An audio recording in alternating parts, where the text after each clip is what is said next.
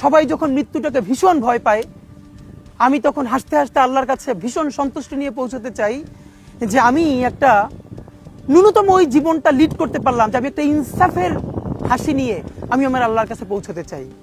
সুতরাং আগামী 50 বছর বাঁচলাম, কোনো ইম্প্যাক্ট তৈরি হলো না আমারে দিয়ে, দেশের জন্য, রাষ্ট্রের জন্য, উম্মার জন্য, জাতির জন্য। কিন্তু আমি ধরেন 5 বছর বাঁচলাম, সেটার মধ্য দিয়ে যদি আগামী 50 বছরের ইম্প্যাক্ট তৈরি হয়, তাহলে অনেকদিন বেঁচে থাকায় কি সাফল্যের বলেন? শহীদ প্রেসিডেন্ট জিয়াউর রহমান কয়টা দিন বেঁচেছেন, কিন্তু ভাবেন আজকে পর্যন্ত উনি আমার অনুপ্রেরণা। হাঁটতে হাঁটতে আমার পা ফুলে যায়। আমি, আমার টিম সেদিনকে ব্যাগের মধ্যে জুতো নিয়ে তারপরে একটা শপিং মলে ঘুরছিলাম, মানে পা ফুলে গেছে, পা জুতোয় ঢুকাতে পারছিলাম না। তো জিয়াউর রহমানের একটা ওনার গল্প মনে পড়ছিল, যিনি মাইলকে মাইল যখন হাঁটতেন ওনার সাথে স্টাফদের পা ফুলে যেত, কিন্তু ওনার তো আর্মি ট্রেনিং আছে। তখন তাকে বলতো যে স্যার আপনার তো আর্মি ট্রেনিং, আমরা তো আর পারি না। এই জন্য ওনাকে মানুষ রাখাল রাজা বলতো। তা আমরাও সারা বাংলাদেশের 56,000 বর্গ মাইলে হাঁটতে চাই। আমরা ইনসাফের চাষাবাদ করতে চাই, একটা স্বাধীন সার্বভৌমত্বের সততার বাংলাদেশ তৈরি করতে চাই। আল্লাহ যে কয়দিন হায়াতে রাখবেন এই লড়াইটা করব। যেদিন নিয়ে যাবেন আমি স্বপ্ন দেখে যেতে চাই, আমি আমাদের এমন টিম, আমি আমার সন্তানকে রেখে যেতে চাই, আমার মৃত্যুর পরে যেন এই লড়াই বন্ধ না হয়, এই লড়াই যেন বাংলাদেশে কিয়ামত পর্যন্ত জারি থাকে।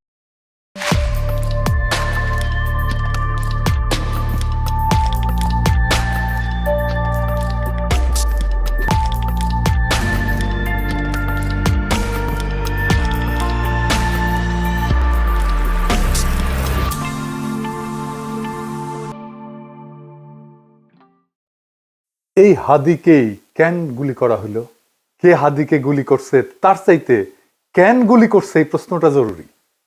হাদি বর্ষা বিপ্লবের মধ্যে দিয়ে গড়ে ওঠা তরুণ এবং বিপুল সম্ভাবনাময় এক রাজনৈতিক নেতা।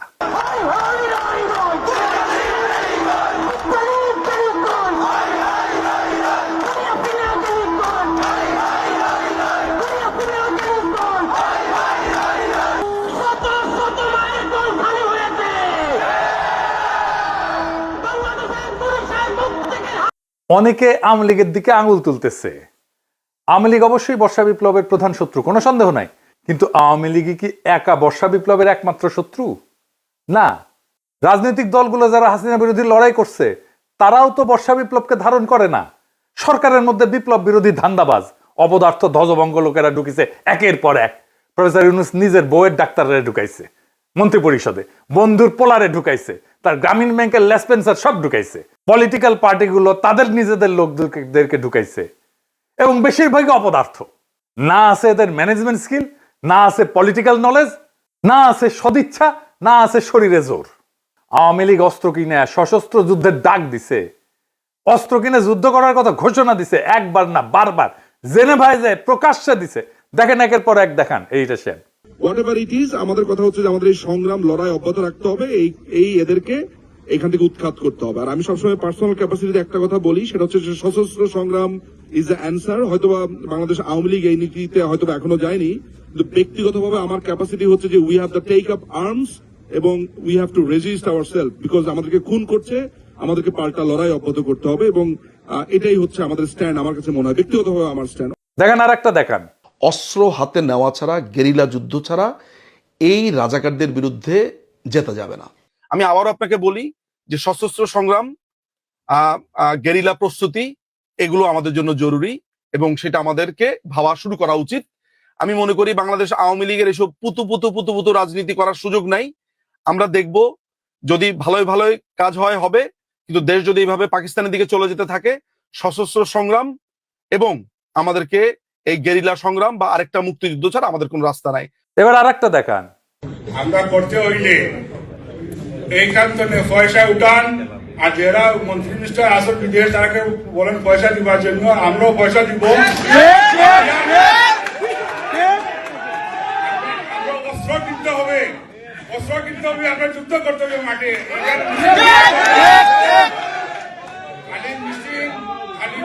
মিছিল করলেও চলবে না, আমরা অস্ত্র করতে হবে, আমরা মাঠে নামতে হবে। দেখেছেন? শুধু কি এরা হাসিনা লেসপেন্সার, হাসিনা নিজেই বিপ্লবীদের হত্যার নির্দেশ দিছে। শুনেন, কথা কম গাছ বেশি। নেত্রী আমাদের যে ভাই বোনদের হত্যা করেছে, আমরা অস্ত্র তুলে নিয়ে এদেরকে হত্যা করবো ইনশাল্লাহ আগামীতে। মুখে কথা একটু কম বলো তো, যারা কথা বেশি বলে তারা কিছু করতে পারে না। কথা কম গাছ বেশি, ঠিক আছে? মুখ দিয়ে বলতে যেও না, আগে করে দেখো। ঠিক আছে, খোদা হাফেজ। শুনেছেন? তারপরেই তো এই ঘটনা। একটা রাষ্ট্রের বিরুদ্ধে সশস্ত্র সংগ্রাম বা প্রকাশ্য খুনের নির্দেশ দেওয়ার বিরুদ্ধে কিছু করছে প্রফেসর ইউনূসের সরকার? কিছুই করে নাই, কিচ্ছু করে নাই। আর ওদের সাহস আকাশে চড়ছে। হাসিনাকে ভারত ফেরত না পাঠাতে চাইলে নাকি আমাদের কিছুই করার নাই, এই বলে তৌহিদানন্দ প্রভুপাদ। শুনেন, ভারতকে রাজি হতে হবে অথবা চাইতে হবে তাকে ফেরত পাঠানো। রাজি না হলে আসলে তো করার কিছু নেই, আমরা রাজি করানোর চেষ্টা করতে থাকতে পারি, এটুকু। যেটা প্রথমে যেটা বলছিলেন, এটা একটু প্রসেসের ব্যাপার আছে, প্রসেসে চলছে, দেখা যাক আমরা কতটুকু অ্যাচিভ করতে পারি। শুনেছেন? এটারে বিএনপি ঢুকাইছে, দেখে দিলাম এটা উপদেষ্টা মন্ডলীতে। এতটাই অপদার্থ, করার কিছু নাই তো তুই উপদেষ্টা আসিস কেন? 111 আমলা ওরে বানাই দিছে মন্ত্রী। এরা গালাইলে ওর গায়ে মাখে না, এতটাই নির্লজ্জ, এতটাই ক্ষমতা লোভী। এদের দিয়া প্রফেসর ইউনূস ফ্যাসিবাদের আগমন ঠেকাবে। হ্যাঁ, কি আর কমো, বালটা ঠেকাইতে পারবে। নির্বাচনের তফসিল ঘোষণা করছে না, দেখেন কি ভয়াবহ রক্তপাত হয় এই পুরা নির্বাচনের সময়। কিছুই ঠেকাইতে পারবে না। কেউ তো কথা শোনে না, আমলারাও কথা শোনে না। ক্ষমতায় বসেছে, রাষ্ট্রযন্ত্রের উপরে কোনো নিয়ন্ত্রণ প্রতিষ্ঠা করতে পারে নাই এই 2 বছরে। এত সাপোর্ট দিয়ে গেছে, কোনো স্যাদব্যাদ নাই। আচ্ছা বলেন, এনএসআই, ডিজিএফআই যদি না জানে কারা ঢাকা 8 আসনের প্রার্থী শরীফ ওসমান হাদিকে হত্যার উদ্দেশ্যে গুলি করছে, তাহলে এই সংস্থাগুলো বন্ধ করে তো দিতে হবে। এগুলো রাখার যুক্তি কি? এই সংস্থা দুইটার প্রধানদের আজকে তো বিদায় করে দেওয়া উচিত। এরা কিছুই করতে পারবে না। জাতীয় নিরাপত্তা উপদেষ্টা একজনকে বানাইছে। হ্যাঁ, অনেকে বলে আপনার গুরুজন, হ্যাঁ, ওনারা নিয়ে ভিডিও টিডিও বানিয়েছেন। ওনারে আবার তা আমি কি করব? যে যায় লঙ্কায় সেই তো হয় রাবণ। সে ক্ষমতা উপভোগ করিচ্ছে আর বিএনপির সাথে ঘুটু করিচ্ছে, বিএনপির সাথে ঘুটু করিচ্ছে যেন বিএনপি তাকে পররাষ্ট্রমন্ত্রী বানায়। হাদিকে খুন করার এই ভয়ঙ্কর অপারেশনে যারা যুক্ত ছিল তাদেরকে গ্রেপ্তার করে বিচারের আওতায় না আনতে পারলে প্রফেসর ইউনূস সরকার 12 ফেব্রুয়ারি জাতীয় নির্বাচন সম্পন্ন করতে পারবে না, লিখে রাখতে পারে। বর্ষা বিপ্লবকে কোনোভাবে মেনে নিতে পারেনি কায়েমি গোষ্ঠী। আর এক দল আছে বর্ষা বিপ্লবকে বিপ্লব বলে স্বীকারই করতে চায় না, বলে এটা অভ্যুত্থান। এটা অভ্যুত্থান নাকি বিপ্লব খুব নির্দোষ বিতর্ক বইলা মনে হয় না, কিন্তু এখানে লুকায় আছে হাদির গুলি খাওয়ার নিশানা।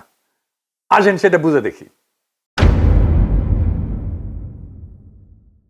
এক শ্রেণীর জাউরা আছে, দেখবেন বলবে আইসে আমি সহ কয়েকজন নাকি দেশটারে অস্থির করে রাখছি।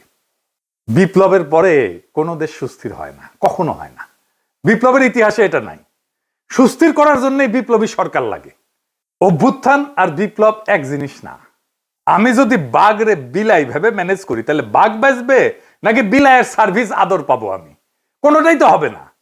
এই বিপ্লব না অভ্যুত্থান, এই জিনিসটা বুঝার ভুলের এই খেসারত জাতিকে দশকের পর দশক দিতে হবে। আমি বলে দিলাম, আমি পরিষ্কার করে বুঝাই বলি কেন অভ্যুত্থানের পরে দেশ দ্রুত স্বাভাবিক হয় আর কেন বিপ্লবের পরে দেশ দীর্ঘদিন অস্থির থাকে এবং কেন বিপ্লবের সঙ্গেই প্রতি বিপ্লব জন্ম নেয় কিন্তু অভ্যুত্থানের পরে প্রতি বিপ্লব জন্ম নেয় না। আসেন সেই জিনিসটা বুঝে দেখি। অভ্যুত্থান মানে কি? অভ্যুত্থান মানে ক্ষমতার হস্তান্তর, রাষ্ট্রের রূপান্তর না। ক্ষমতা এক হাত থেকে আর এক হাতে যাবে, রাষ্ট্র বদলাবে না। অভ্যুত্থানে বদলায় কে শাসন করবে, কিন্তু বদলায় না রাষ্ট্রের কাঠামো, আইন, আদালত, ব্যুরোক্রেসি, সেনাবাহিনী, তার কর ব্যবস্থা, আন্তর্জাতিক চুক্তি। এই জন্যই আমরা ভারতের সাথে হাসিনার কর চুক্তি বাতিল করতে পারি নাই।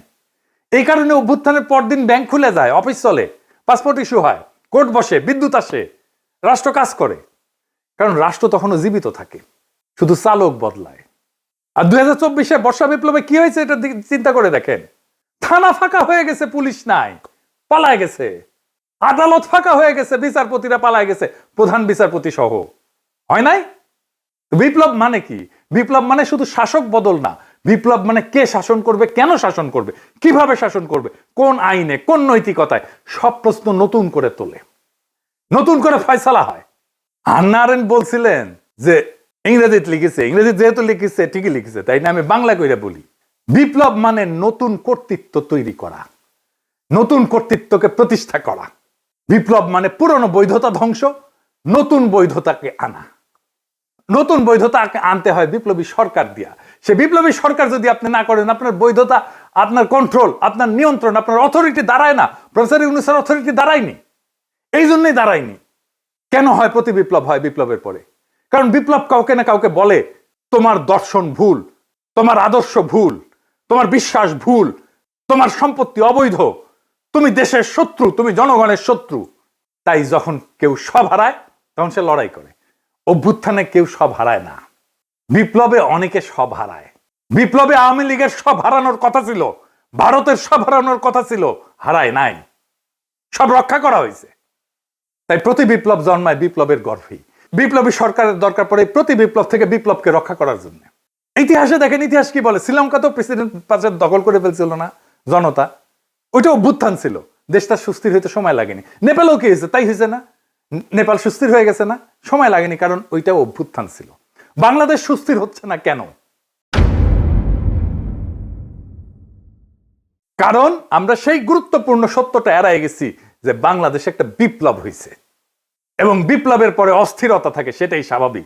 কিন্তু সেই অস্থিরতা কতদিন থাকবে সেটা নির্ভর করে একটাই বিষয়ের উপরে, নতুন সরকার কতটা পূর্ণাঙ্গভাবে বিপ্লবী। আমরা সেটাকেই বলছিলাম বিপ্লবী সরকার। ইতিহাসে যেই সরকার বিপ্লবের ম্যান্ডেট নিয়ে, বিপ্লবী কর্মসূচি নিয়ে স্পষ্টভাবে পুরানো রাষ্ট্র ভেঙে নতুন রাষ্ট্র করে, সেখানে অস্থিরতা তুলনামূলকভাবে কম সময় দূর হয়ে যায়। কারণ সেখানে থাকে ক্ষমতা স্পষ্ট কেন্দ্র, আদর্শিক এবং রাজনৈতিক পরিচ্ছন্নতা। আর এইখানে না ঘরকা না ঘাটকা, বলে রাষ্ট্র সংস্কার করব, আর সব পুরানো কিছু সবকিছু রেখে দিচ্ছে। রাশিয়ায় 1917 সালে বিপ্লব হয়েছে, অস্থিরতা ছিল কিন্তু দ্রুত নিষ্পত্তি করে ফেলছিল বলশেভিকরা। অস্থিরতা দীর্ঘ হয়নি, যুদ্ধ ছিল কিন্তু দ্বিধা ছিল না। চীনেও কমিউনিস্ট সরকার পুরনো রাষ্ট্রের সঙ্গে আপোষ না করে নতুন রাষ্ট্র গড়ে তোলে। এইটাই বিপ্লবী চরিত্র, দ্রুত রাজনৈতিক স্থিতিশীলতা এনে দেয়। ভিয়েতনামও একই কথা। কর্তৃত্ব প্রতিষ্ঠা করতে হয় বিপ্লবী শক্তিকে। অন্যদিকে সরকার যেখানে না ঘরকা না ঘটকা, আধা বিপ্লবী, পুরানা এলিট আর নতুন শক্তির মধ্যে দোদুল্যমান, সেখানে অস্থিরতা লম্বা হয়। তাই হয়েছে প্রফেসর ইউনূসের সরকারে, পুরনো এলিট আর নতুন শক্তির একটা কোয়ালিশন হয়েছে। ফ্রান্সে বিপ্লব হয়েছে 1789 সালে। এরপরে দশক ধরে অস্থিরতা চলছে। মূল কারণ ছিল বিপ্লবের প্রশ্নে স্পষ্ট সিদ্ধান্তের অভাব। অর্থাৎ সমস্যাটা বিপ্লব না, সমস্যাটা হইল অসম্পূর্ণ বিপ্লব, বিপ্লবের পরে কর্তৃত্ব প্রতিষ্ঠা না করা। প্রফেসর ইউনূস কর্তৃত্ব প্রতিষ্ঠা করতে পারে নাই, আমাদের অনেক সাপোর্ট সত্ত্বেও। যত বেশি বিপ্লবী সরকার হয় তত দ্রুত ক্ষমতার প্রশ্ন মীমাংসিত হয়, তত দ্রুত দেশ স্থিতিশীল হয়। বিপ্লবকে যে থামায় দেয় যায় সরকার, অস্থিরতা তার পিছু ছাড়ে না, প্রফেসর ইউনূসেরও পিছু ছাড়বে না। কিন্তু বিপ্লব যে সম্পূর্ণ করে, স্থিতিশীলতার তার অনিবার্য ফল। আজকের অস্থিরতা, অরাজকতা সবকিছুর দায় ওই ছাত্রদের, যারা প্রফেসর ইউনূসের সরকার বানাইছে। এডিটর সাহেব, প্রফেসর ইউনূসের পেছনে ছাত্রদের ছবিটা দেখান, কারা কারা আছে। এই সব কয়টার দায়িত্ব এটা, এরাই প্রফেসর ইউনূসের সরকার বানাইছে। এই দায় নিতে হবে, ছাত্রদেরকে নিতে হবে, ওয়াকারকে নিতে হবে, রাজনৈতিক দলকে নিতে হবে, আসিফ নজরুলকে নিতে হবে, যারা এই সরকার গঠন করছে, সবার এটা দায়। এখন শেষ প্রশ্ন, কেন হাদি গুলি খায়, অন্য কেউ না? এর কারণ হাদি শুধু জুলাই বিপ্লবী না, হাদি একজন আপাদ মস্তক ভারতীয় আগ্রাসন বিরোধী। ভারতীয় আগ্রাসন বিরোধী হয়ে বাংলাদেশে বাইসা থাকাটা মুশকিল। প্রেসিডেন্ট হইলেও বাইসা থাকা যায় না। জিয়ারে মরতে হয়েছে না, ইলিয়াস আলীকে মরতে হয়েছে না, সালাউদ্দিন কাদের চৌধুরীকে মরতে হয়েছে না, জামাত নেতাদেরকে মরতে হয়েছে না, আবরারকে মরতে হয়েছে না, হাদিকে নিয়ে কম কুৎসা রটনা করা হয়েছে। দেখেন এই মালটাকে চিনতে পারেন কিনা দেখেন। জুলাই গণ অভ্যুত্থানে হাদির অবদান কি দেখতে হবে না? এই গণ অভ্যুত্থানের সময়ে, গণ অভ্যুত্থানের পরেও হাদি নামে কাকে মানুষ চিনত না। বাংলাদেশের সংকটে হাদিকে এদেশের মানুষ পায়নি। বাংলাদেশ যখন কাঁদছিল, বিপদে পড়েছিল, যখন রক্ত ঝরছিল, তখন হাদিরা সিনা টান টান করে দাঁড়ায়নি। তখন কিন্তু মির্জা আব্বাস ভাইরা দাঁড়িয়েছিল, তাদের হাজার হাজার কর্মীরা এখানে অবদান রেখেছে, লড়াই করেছে। শুনিছেন এই বাটপারকে বিএনপি কোলে তুলে রাখে। বিএনপি যা যা করতে পারে না, বলতে পারে না, এই বাটপারকে দিয়ে করায় আর বলায়। এটা বিএনপির মাস্তান, এটা বিএনপির ভার্চুয়াল মাস্তান। হাদিকে নাকি সে মাঠে দেখে নাই।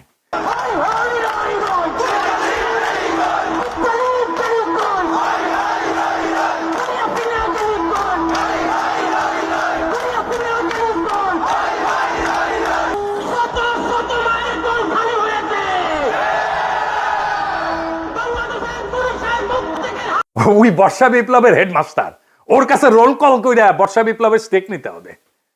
ওরে কিছু বললে বিএনপির বুদ্ধিজীবী ডাক্তার জাহেদ পর্যন্ত সেট করে ওঠে, কাইন্ডে শেষ হয়ে যায়। এই এপিসোড যখন রিলিজ হবে তখন হাদির ঠিক কি অবস্থা থাকবে আমি জানি না। এখনো পর্যন্ত হাদি ভালো আছে।